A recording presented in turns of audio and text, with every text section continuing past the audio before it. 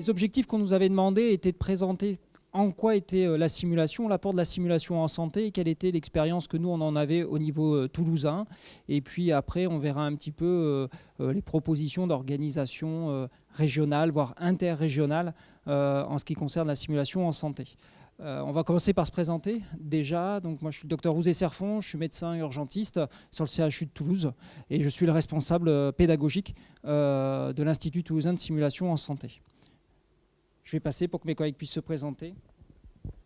Bonjour, moi je m'appelle Bruno Bastiani, je fais de la recherche en sciences humaines, plus précisément en sciences de l'éducation à l'université Jean Jaurès et je travaille sur la construction des débriefings et je participe également aux activités de l'ITSIM depuis un peu plus de 3 ans. Bonjour, donc moi c'est Sébastien Coiraz, je suis infirmier anesthésiste au CHU de Toulouse, je suis formateur sur l'ITIMS et je suis doctorant également en sciences de l'éducation sur une thématique santé au travail, qualité de vie au travail et simulation en santé.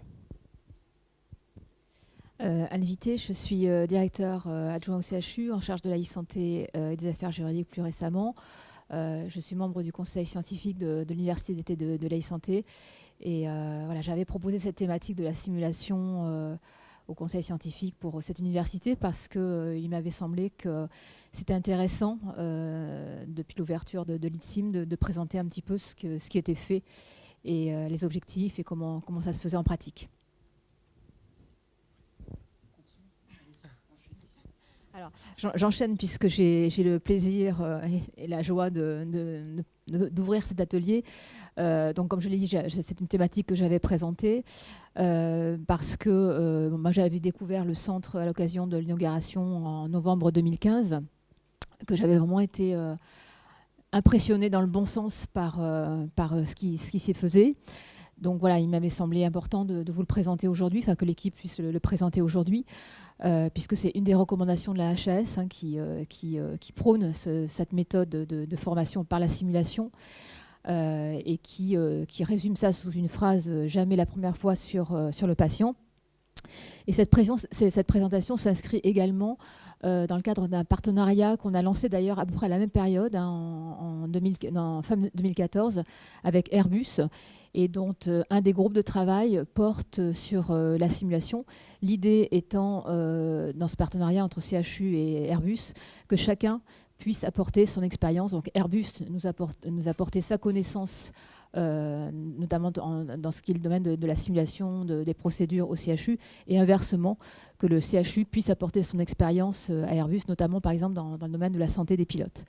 Voilà. Et puis de façon plus personnelle, c'est vrai que j'ai eu à contribuer à l'ouverture du bâtiment de l'Oncopole au CHU de Toulouse.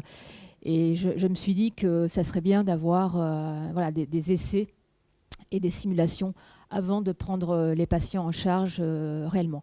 Donc voilà, c'est toutes ces raisons qui m'ont conduit à proposer cette thématique. Voilà, je laisse la parole à Dr Houz.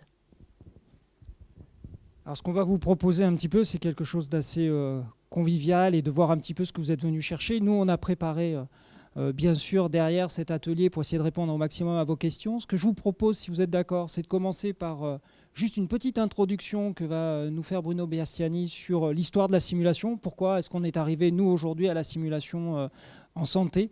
Et puis après, on fera un point ensemble et on essaiera de travailler ensemble sur la notion et la définition de simulation. Ce que pour vous, ça représente, quelles sont vos expériences, comment vous l'utilisez dans vos différents domaines d'application. Et puis après, on fera le lien sur la suite avec notre expérience à nous sur Toulouse. Si ça vous va, on va faire comme ça. Donc on va faire une petite introduction sur les aspects de la simulation et son aspect historique, notamment dans le champ de la santé, avec Madame de Coudray. Madame de Coudray qui était une sage-femme et qui a fait la machine que vous voyez derrière. C'est une poupée, mais elle appelle ça une machine, qui servait à démontrer, à former des femmes pour faire de l'accouchement. Elle a fait durant une vingtaine d'années le Tour de France et elle a formé grossièrement 8000 personnes à différentes méthodes d'accouchement avec cette machine. Alors ensuite, en 1910, on a le premier véritable simulateur de vol, le tonneau d'Antoinette.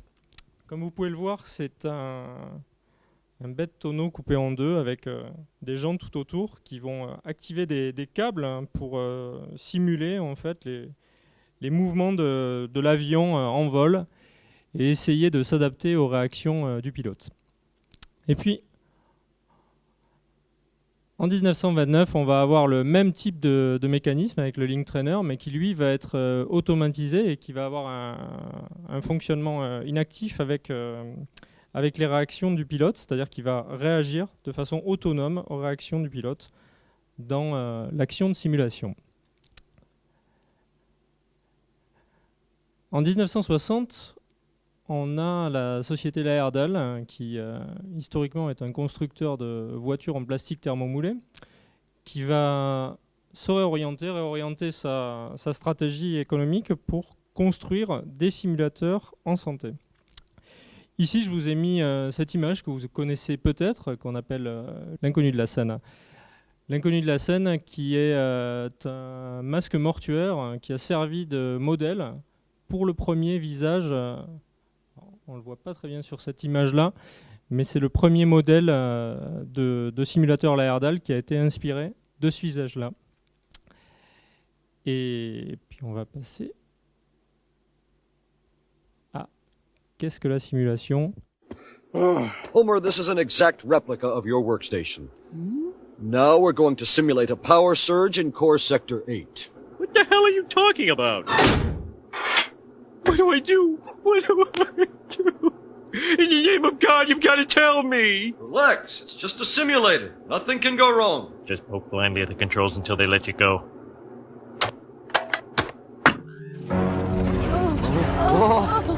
No, this can't be happening!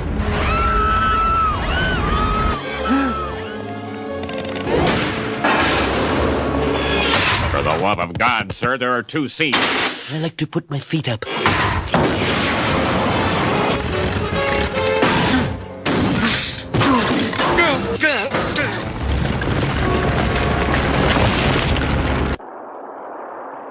We're still not sure how he caused the meltdown. There wasn't any nuclear material in the truck. Oh, very well, it's time for your bribe. Alors juste, pourquoi on a mis la première vidéo? C'est en fait pour montrer que, en fait, pour les gens qui vivent la simulation, il se passe quelque chose de réel pour eux et que finalement, les actions qu'ils vont mener et ce qu'ils vont ressentir, le niveau de stress, va être équivalent à une réalité de terrain. Donc juste pour ceux qui n'ont pas compris ce qui s'est dit parce que c'était en anglais, Homer il arrive à faire une fission nucléaire alors qu'il est dans un simulateur et pour lui il y avait vraiment du stress et en réalité comment ça se passe dans un simulateur nucléaire, on va voir que ça se passe exactement de la même manière.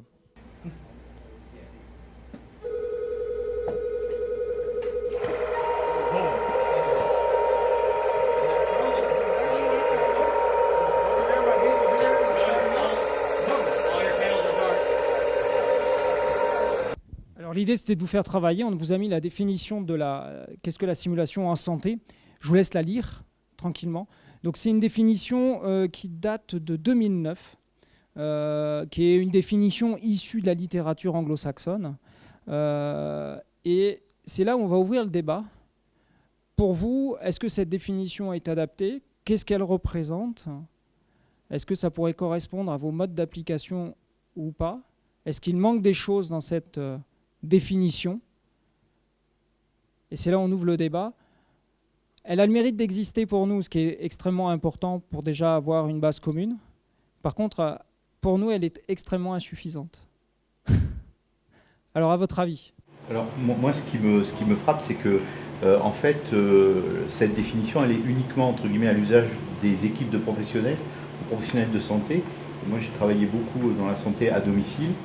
Et en fait, on se rend compte qu'on a instruit les patients à domicile parce qu'ils sont seuls à faire on a simulé avec eux des patients qui étaient trachéotomisés, cannulés, des choses comme ça. On a simulé avec eux des choses à faire en cas où ils sont seuls la nuit, ils appellent le 15 bien sûr, mais il arrive quand il arrive. Et donc pour moi la simulation elle ne s'applique pas forcément qu'aux professionnels de santé. Effectivement, une partie des publications, des premières publications en français, c'était en particulier sur l'éducation thérapeutique du patient. Voilà. Donc il y a tout ce domaine-là. Effectivement, elle est réducteur entre guillemets. Et on va en parler juste après. Et vous allez voir que dans les deux sens, on peut à la fois éduquer les patients en utilisant la simulation, mais les patients peuvent nous aider à former nos étudiants dans l'autre sens.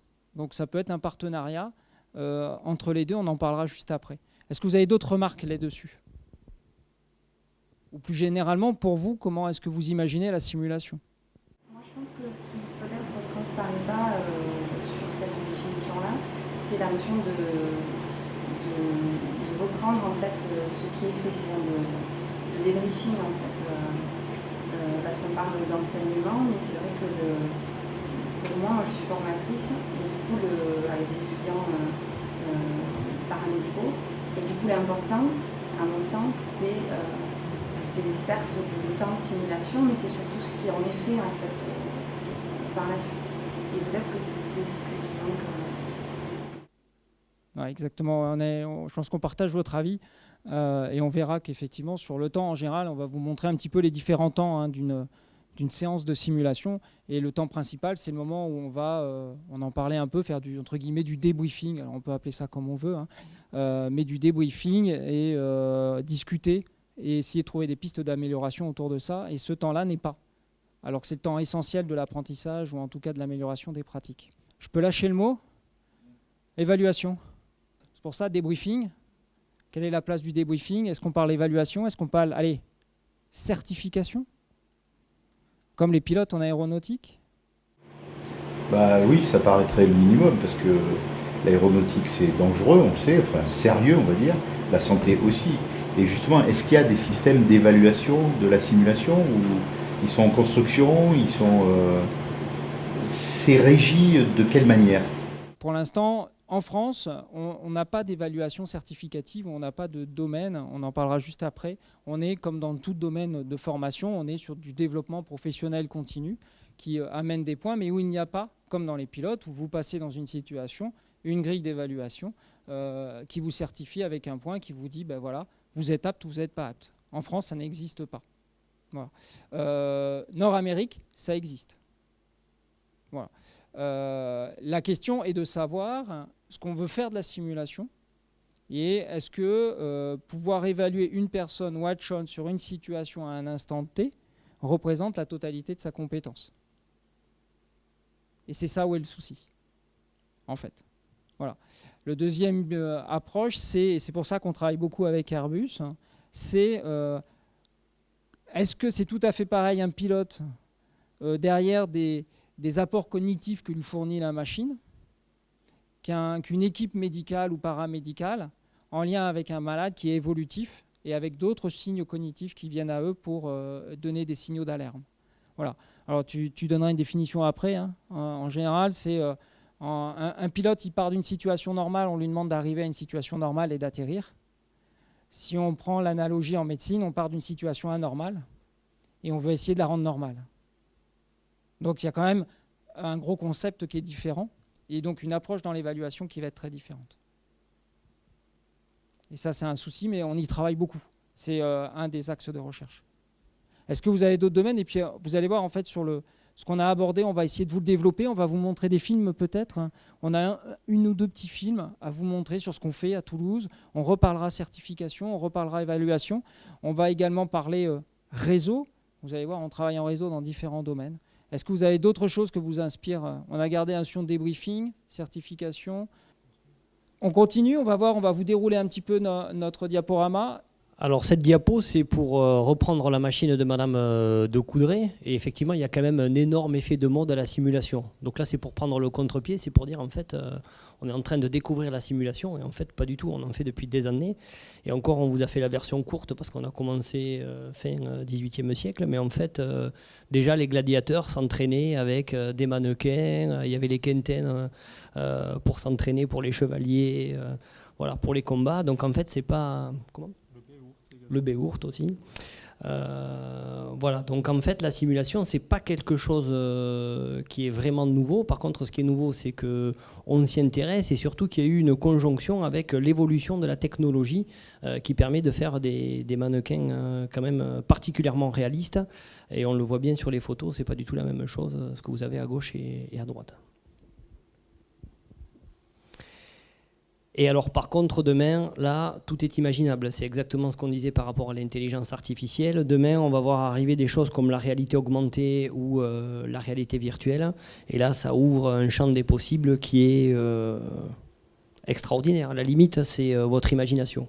Voilà, il va se passer des choses, passer des choses énormes. La photo de gauche, c'est le casque HoloLens de réalité augmentée de chez Windows, qui permet d'incrémenter dans votre champ visuel des choses sur les lunettes que vous avez. Donc ça, vous pourrez tout simuler. Voilà. Donc par exemple, dans un IFSI, si les médecins ne sont pas disponibles, eh bien, vous aurez un médecin virtuel qui pourra interagir avec les participants, par exemple. Alors comment ça s'est créé, comment on crée les centres de simulation? En fait, c'est une conjoncture. Ça fait longtemps que ça existe. Alors vous me direz, ouais, mais alors si ça fait longtemps, pourquoi que maintenant on en entend réellement parler en France? Pour différents éléments que je vous ai résumés sur cette diap, c'est-à-dire qu'il y a eu effectivement les progrès techniques. Il y a eu des compétences locales qui ont été développées parce que ça fait 10 ou 15 ans qu'on fait de la simulation tous, sans même savoir qu'on faisait de la simulation. C'est les cadavres, c'est les dissections, c'est les ateliers du geste qu'on a tous fait pour essayer d'apprendre certains gestes techniques. Il y a eu les évolutions pédagogiques. Et puis après, il y a eu un très fort contexte qui est le rapport de Grand-Ry, qui nous a permis d'obtenir de la part de l'HAS un cadre réglementaire sur la simulation, son application, comment elle doit être menée en France. Aujourd'hui, on va arriver 2017. Il faut savoir que toutes les universités de France doivent pouvoir proposer, à partir de 2017, des cursus de formation en simulation. Voilà. Sur Toulouse, on a eu la chance d'avoir toute cette conjoncture qui s'est réunie à un instant T, avec un soutien du CHU qui nous a donné des locaux, puisqu'on a pu obtenir 1200 mètres carrés de locaux afin de développer le centre de simulation.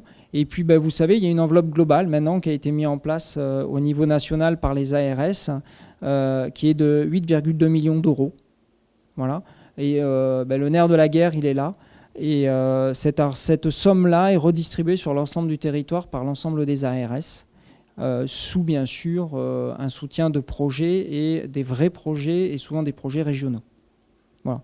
Donc c'est toutes ces conjonctures qui ont fait qu'aujourd'hui on a pu développer et on peut développer les centres de simulation. Jusqu'à présent, il manquait toujours un petit élément et il faut que toutes ces conjonctures-là soient réunies. Si vous n'avez pas les compétences locales, il va falloir les acquérir. Si vous n'avez pas les supports techniques, il faudra les acquérir. Si vous n'avez pas le support pédagogique, il faudra l'acquérir. Voilà. Et c'est l'ensemble de ces éléments-là qui font qu'un centre de simulation peut être pertinent et fonctionner. Alors, on parlait tout à l'heure simulation, performance, apprentissage. Alors, comment ça se passait en santé? Vous le savez, jusqu'à présent, on avait comme support les patients et on avait une partie qui se faisait en atelier et une partie qui se faisait sur l'apprentissage des patients. Le but de la simulation, c'est que dans la phase d'apprentissage, on a cette zone grise qu'on vous a montrée qui est une zone incertaine. Donc, vous savez, c'est l'étudiant qui arrive en train de trembloter pour vous poser la perfusion, alors vous avez très mal, et vous la voyez plus pâle que vous, et ça fait un peu peur.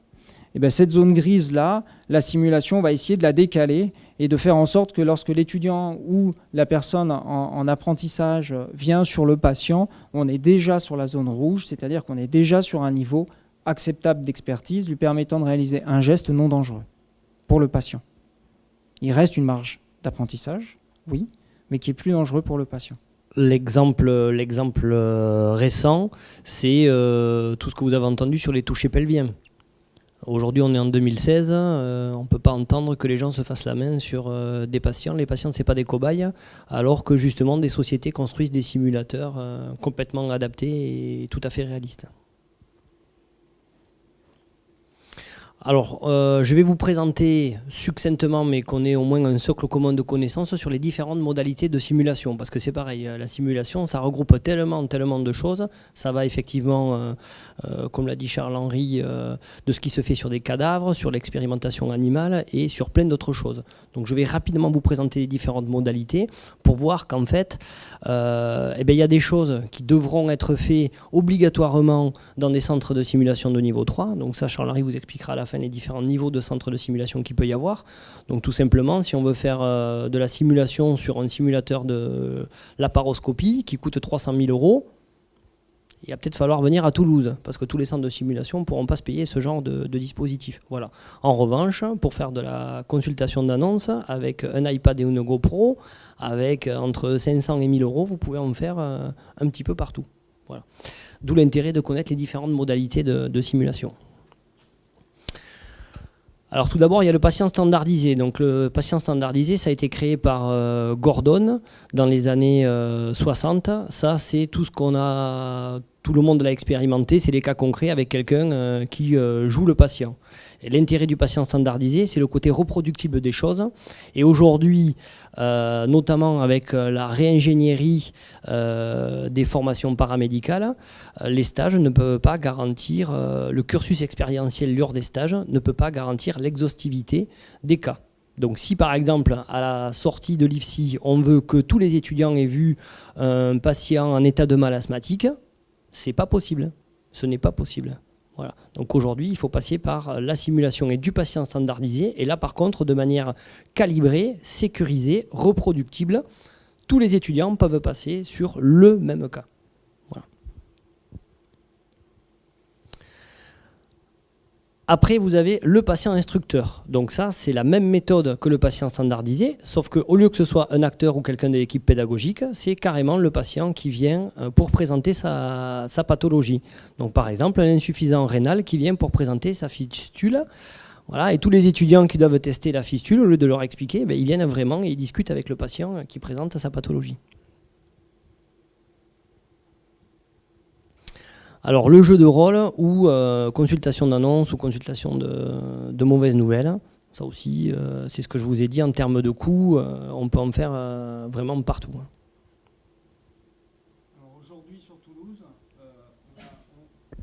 Aujourd'hui sur Toulouse, on met en place ces différents modes. C'est-à-dire qu'on est en train de travailler avec des acteurs là, pour les former, pour qu'ils puissent après faire passer des messages.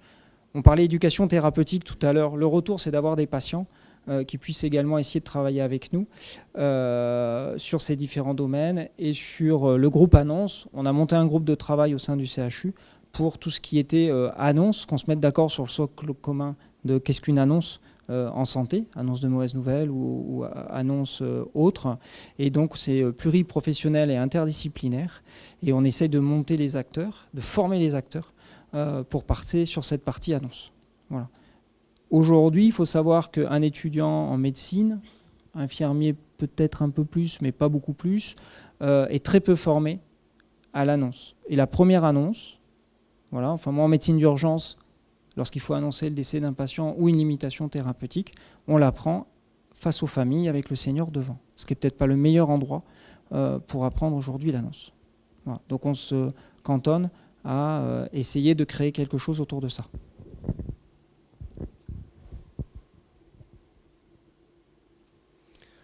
Donc là, je vais vous parler des modèles synthétiques.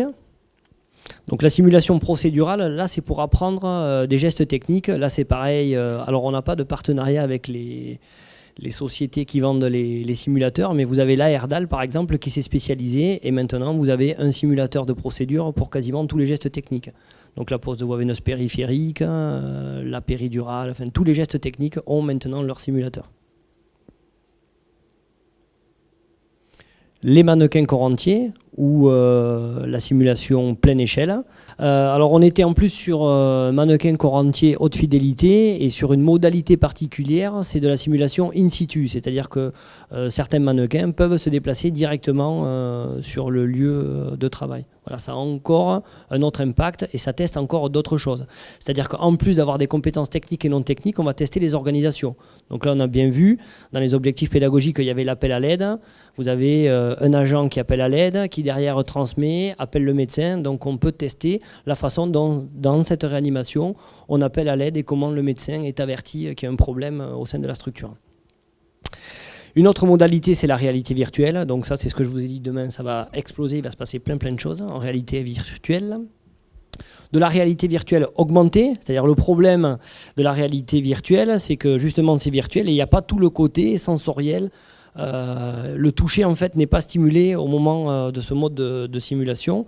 Et c'est très important, notamment pour les chirurgiens, d'avoir la sensation quand ils font les gestes.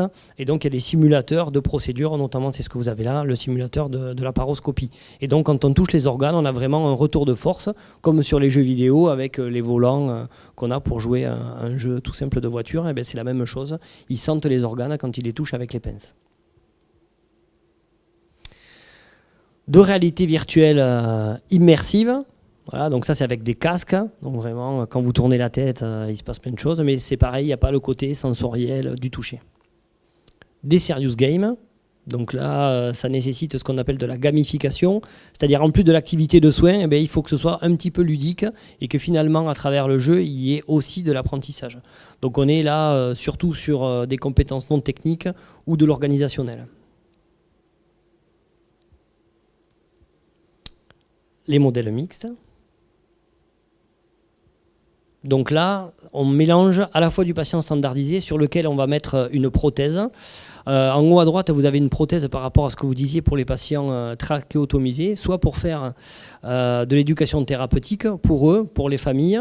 Donc nous, on va recevoir prochainement cette prothèse et ça va permettre de former des gens à la fois des soins intensifs, la post-réanimation, les patients et leurs familles. Alors c'est pareil, ça c'est un petit peu nouveau, c'est de la simulation hybride immersive. Ce que vous avez à droite, c'est un simulateur de vieillissement du patient et à gauche, c'est un simulateur d'obésité. Donc ça, c'est pour ressentir ce que ressentent les patients en fonction de leur pathologie. Et pareil, vous pouvez mixer avec des gens qui vont s'occuper d'une personne âgée qui ne voit pas ou de quelqu'un qui est obèse et qui a du mal à se mobiliser. Vous avez de la simulation de masse.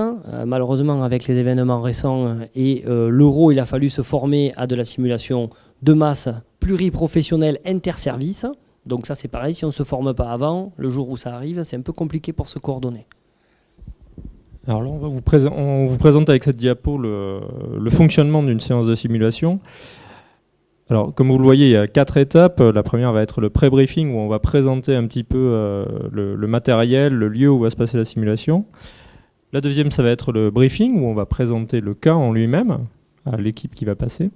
Puis ensuite, on va avoir le scénario. Donc, vous voyez qu'il y a 2 groupes. On va avoir un groupe à la fois d'observateurs qui vont rester dans une salle à part et qui vont voir sur un écran ce qui se passe dans la salle de simulation, et les gens qui vont passer pour faire cette simulation, comme celle que vous avez vue tout à l'heure. Et la dernière partie, qui nous semble la plus importante, c'est évidemment le débriefing. Comme vous le voyez, j'ai mis une flèche sur pour traverser ces différentes étapes, pour signifier la montée en puissance de l'implication des participants qu'on va retrouver à son maximum dans la partie débriefing. Je vous dirai un mot sur la didactique professionnelle et plus spécifiquement sur la transposition didactique qui va nous permettre d'observer la construction des simulations en santé.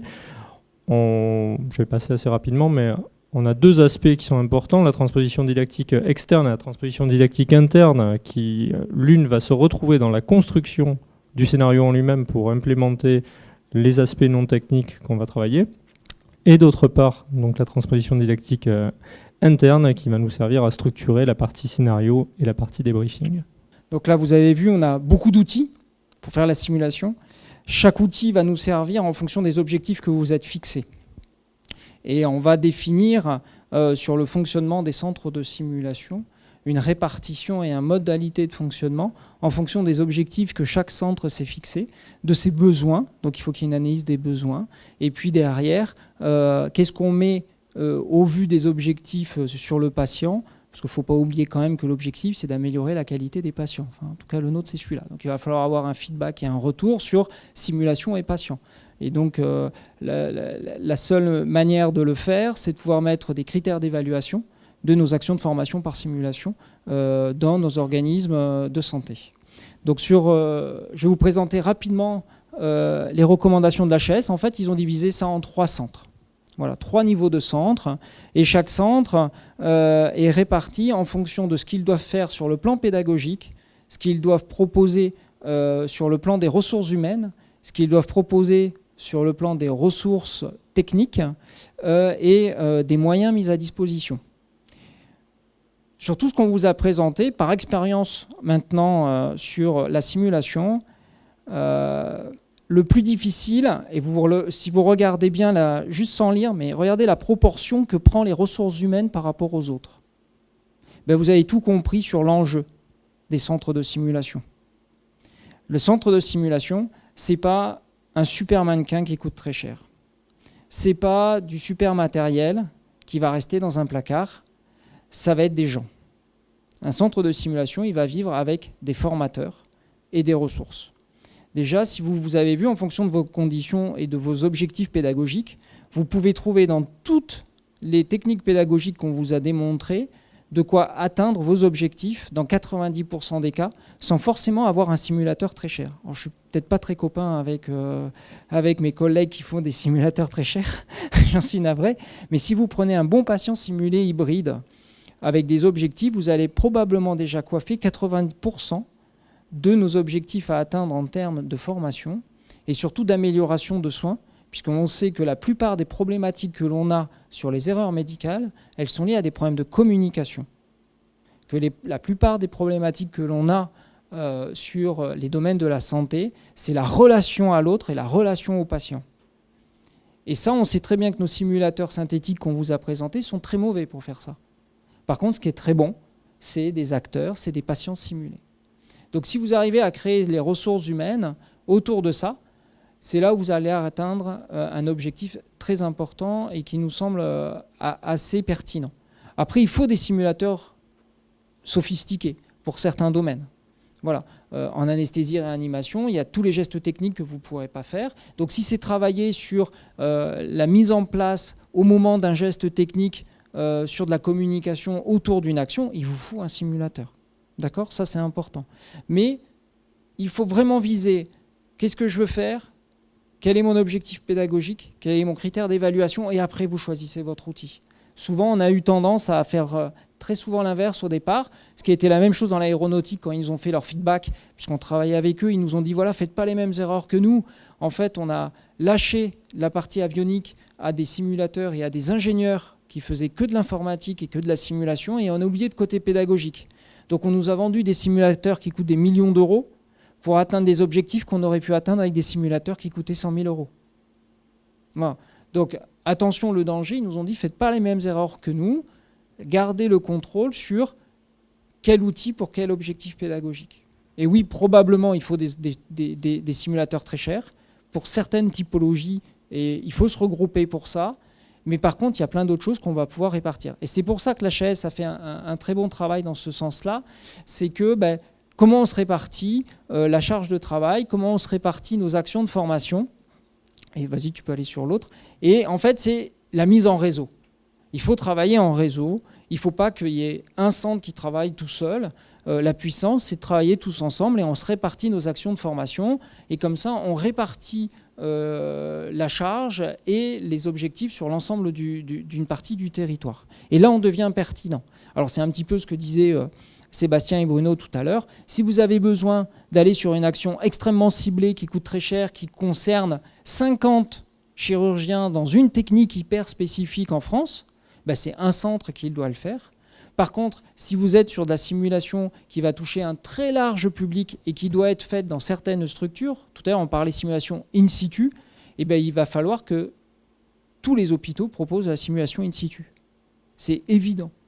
Pourquoi ? Parce qu'on va avoir des impératifs propres. Si vous travaillez sur, par exemple, là, il travaille sur la chaîne d'un patient au sein d'une structure, il va falloir travailler toutes les étapes. Et quel est le meilleur endroit qu'au sein de son hôpital pour mettre en exergue tout ce qui se passe sur la mise en alerte, sur mon environnement de travail. Et ça doit se faire au sein des établissements.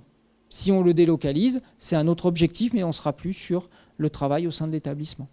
Et à contrario, eh bien, il va peut-être falloir, si on veut travailler sur des domaines interrelationnels, alors comment on peut rentrer les différentes portes, c'est lesquelles? Ben, ça peut être en particulier rentrer par le biais des réseaux, les réseaux qui existent. Aujourd'hui, on va essayer de monter un réseau, par exemple, de traumatisés graves. Et bien, dans le cadre de ce réseau de traumatisés graves, on va créer de la formation, de simulation, et on se met d'accord avec tous les partenaires de la région pour dire ben, qu'est-ce qu'on fait. Par exemple, si on nous dit, on est à Castres, ben voilà, j'ai un polytrome qui sont en train de prendre, là, mon motard qui est en train d'être vu tout à l'heure, et bien ce motard, il a un ventre, voilà, il a une rate qui est éclatée, il n'aura jamais le temps d'aller ailleurs qu'à Castres. Est-ce que le chirurgien, il peut le prendre en charge? C'est du damage control, c'est ce qu'on fait en ce moment avec les attentats. Est-ce qu'il peut le stabiliser? Puis après, on l'envoie vers le plateau technique, le temps de le stabiliser, vers le plateau technique nécessaire. Et bien, il va falloir s'entraîner avec les équipes ici, amener un patient directement au bloc opératoire, cash, c'est-à-dire qui vient, comme le disait le professeur Laringue, du pied de l'arbre directement au bloc opératoire. Ben ça, il faut s'entraîner, ça ne se fera pas comme ça. Et si c'est ça la stratégie qui est retenue, eh ben, il va falloir sur casque qu'on s'entraîne à prendre le patient au pied de l'arbre et à savoir le déposer directement au bloc opératoire avec une équipe qui est prête à intervenir pour le stabiliser, peut-être pour le transférer secondairement. Voilà. Ça, c'est des objectifs. On peut passer par le biais des réseaux et ça se formalise. On peut passer également par le biais d'autres partenaires. Donc c'est un peu ce que vous présente toute la diapo, c'est qu'il va falloir qu'on ait de la formation initiale, de la formation continue. La formation initiale, c'est également ce qu'on fait au CHU avec des objectifs différents, mais qui se répercutent puisque nous avons des internes de toutes les spécialités dans l'ensemble de la région, et qu'il paraîtrait normal également de proposer en interprofessionnel. Et puis on a toute la formation continue. Il y a également la formation continue des formateurs. Je vous disais, le point le plus dur en simulation, c'est les formateurs. Voilà, c'est ce qui va coûter le plus cher, c'est ça. Pourquoi? Parce qu'il faut des équipes d'animation, il faut des gens formés à la simulation. Bruno Baiastani vous a montré très rapidement, mais pour monter un scénario, c'est en fonction de vos objectifs.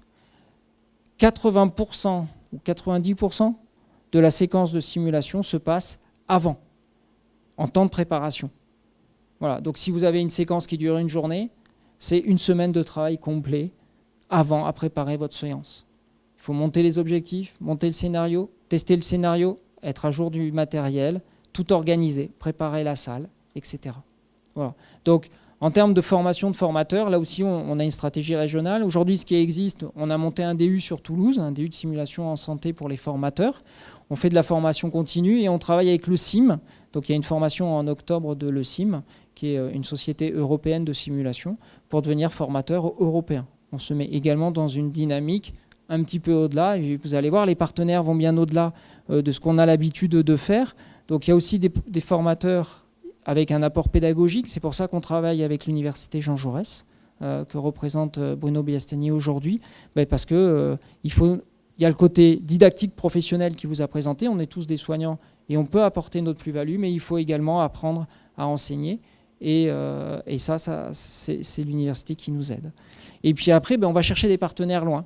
Donc on a Airbus, avec des partenaires extrêmement intéressants, en particulier sur de la recherche et sur plusieurs voyants s'allument dans un cockpit, comment réagissent l'équipe de vol par rapport à ces différents voyants, comment ils interagissent avec la machine, quelles sont leurs structures qu'ils mettent en place, leurs réflexions. On fait pareil en situation de soins. Le patient renvoie des informations, on a des paramètres qui nous envoient des signaux d'alerte, comment l'équipe l'intègre et est-ce qu'on a les mêmes processus. Et en fait, on s'aperçoit qu'on n'a pas tout à fait les mêmes processus et on travaille sur ces différents domaines-là.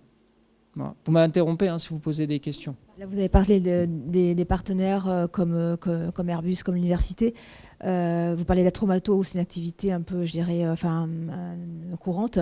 Mais pour les activités hyper spécialisées, est-ce qu'il y a des échanges avec les autres CHU pour former justement un petit nombre de chirurgiens, des équipes très, très spécifiques?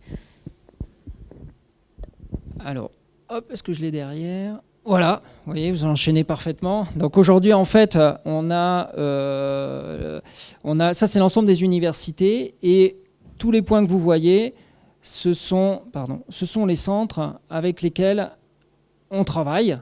Donc en fait, on s'est mis en interrégional Donc on est aujourd'hui en train de travailler avec Limoges, avec, que je me souvienne de tous, parce que Clermont-Ferrand, il y a Grenoble, Nîmes, Orange, Montpellier est en train de monter leur centre pour l'instant, donc on n'a pas encore formalisé les choses.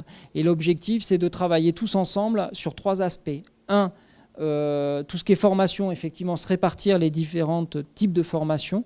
Qu'est-ce qui est spécifique à tel endroit, quel est le public cible. Donc c'est ce que je disais, si ça touche 50 personnes, on va se répartir une formation, un site, et on va promouvoir la formation de ce centre vers les autres. Il y a également la formation de formateurs, donc on essaye de mettre en place des journées de formateurs interrégionales, donc de tous ces centres-là, où on va essayer tous les 2 ans de faire une journée d'échange entre formateurs au cours d'une journée pour échanger sur nos pratiques, savoir un petit peu les rendus de chacun, les difficultés ou les choses qui fonctionnent. Et puis après, il y a la recherche. Alors, il faut savoir que dans le domaine de la simulation et d'éducation en santé en général, lorsqu'on veut faire de la recherche, on a un nombre d'étudiants assez faible pour pouvoir travailler dessus. Et donc, le but de faire du multicentrique, c'est de pouvoir avoir une puissance bien plus importante et de pouvoir avoir un nombre d'étudiants pour pouvoir travailler dessus sur la recherche beaucoup plus intéressant. Et donc, aujourd'hui, on lance des projets interrégionales de recherche. Donc on a des thèses en ce moment qui sont en cours et avec des projets qui sont du multicentrique et qui touchent l'ensemble de ces centres-là qui participent à de la recherche, et on s'échange nos protocoles de recherche pour avancer. Ça aussi, c'est un vrai domaine. Et puis l'autre, c'est qu'on va au-delà, puisqu'on travaille avec le centre d'Ottawa qui nous permet, où on fait des échanges avec eux, et en particulier des échanges dans le cadre de thèses ou de mobilité avec l'Université d'Ottawa. Donc on va aussi chercher ailleurs ce qui se passe sur d'autres, en particulier Nord-Amérique, pour essayer de bénéficier de leur expérience qui est un petit peu plus avancée que la nôtre, mais dans d'autres domaines. Et puis les autres partenaires, c'est ce qu'on disait, tous les établissements, ça peut être également tous les instituts de formation, que ce soit universitaire ou institut de formation en soins infirmiers. On travaille également avec les groupements de professionnels de santé, donc tout ce qui est médecins libéraux, on travaille avec les conseils de l'ordre, on travaille avec tout ce qui est organismes sur les soins paramédicaux et certains organismes de formation. Voilà. On a aussi des partenariats avec les industriels, parce que c'est important de travailler avec eux. Je vous ai dit, il faut que nous, on soit toujours garant de dire c'est ça qui nous manque, c'est ça dont on a besoin. Et derrière, ils arrivent à créer de l'ingénierie qui nous permet d'arriver à ça. Donc on travaille avec eux, alors, en particulier sur certains simulateurs, où on peut faire des demandes, des simulateurs d'échographie. On a besoin de certaines images qu'ils n'avaient pas prévues, certaines intégrations dans l'ergonomie. Voilà, et puis c'est un échange. En ce moment, on travaille en particulier avec des sociétés qui font tout ce qui est imagerie et radiologie et les scopes également. Et ils nous demandent au travers, plutôt que de laisser un scope ou du matériel dans un service comme on a tous eu, vous savez, vous le testerez, vous nous direz ce que vous en pensez, vous nous ferez un retour. On a tous eu des scopes qu'on traînait dans un coin ou du matériel avec la petite feuille d'évaluation. On leur dit non, stop, ça on ne fait plus. Maintenant, si vous voulez vraiment avoir un retour, c'est en séance de simulation, on teste le matériel et on vous fera un vrai retour, parce que comme il n'y a pas de patient en jeu derrière, on va pouvoir tester votre matériel jusqu'au bout. Et puis s'il y a des choses qui ne nous vont pas derrière, il n'y a pas le patient, une alarme qu'on n'a pas compris, il n'y aura pas d'enjeu sur le patient. Et là aussi, au départ, on appelait les centres de simulation des laboratoires de simulation, historiquement. Je ne sais pas si vous avez déjà entendu parler de ça. C'était des laboratoires. Parce qu'en fait, c'était un peu ça. En fait, ça faisait un peu souris quand même. On venait tester, mais tester plein de choses. Et ça reste, il ne faut pas l'oublier, il y a une partie apprentissage, mais on développe aussi toute une partie recherche, mais qui n'est pas seulement sur de la simulation au sens pédagogique. C'est aussi sur l'ergonomie de travail, comment on travaille, comment est-ce qu'on peut optimiser notre environnement de travail. Donc l'anesthésie travaille beaucoup là-dessus, en particulier sur le déchoc. Par exemple, l'accueil d'un polytrome. À quel endroit on se met dans la pièce, qui fait quoi à quel moment, éviter le nombre de pas, comment est-ce qu'il y a des échanges, les alarmes sont-elles toutes visibles, qui est-ce qui mène, la notion de leader. Tout ça, ça se travaille et on se fait aider avec d'autres partenaires pour travailler sur ça. Voilà, le nombre de pas, ne serait-ce que mettre des testeurs de pas pour voir le nombre de pas qu'on fait dans une journée sur notre lieu de travail, tout ce qui est perturbation téléphonique, combien d'appels on passe et combien on en reçoit alors qu'on est en train de faire une tâche, enfin tout ça, voilà. Et puis également sur la réalité, il ne faut pas oublier que la simulation peut nous aider à travailler sur des domaines de recherche qu'on n'a pas pu explorer. Là en ce moment on utilise, c'est l'image qu'on vous a montrée, la simulation à réalité augmentée pour travailler sur la gestion des médecins urgentistes là-dessus. Merci à tous pour avoir participé à cet atelier. Voilà, effectivement, je pense que le mieux, moi, pour l'avoir visité 2 fois, c'est effectivement de se rendre au centre et de participer à des... Parce que c'est vrai que là, on n'a pas pu se rendre compte. Moi, ce qui m'avait bluffé, c'était l'intervention en direct avec la réaction du patient, avec le médecin derrière la glace qui fait réagir le patient. Ça, je crois que c'est vraiment très, très intéressant. Et ça, il faut venir le voir. Enfin, je ne sais pas si c'est possible, mais ça, c'est vraiment super à voir. Voilà, merci à tous.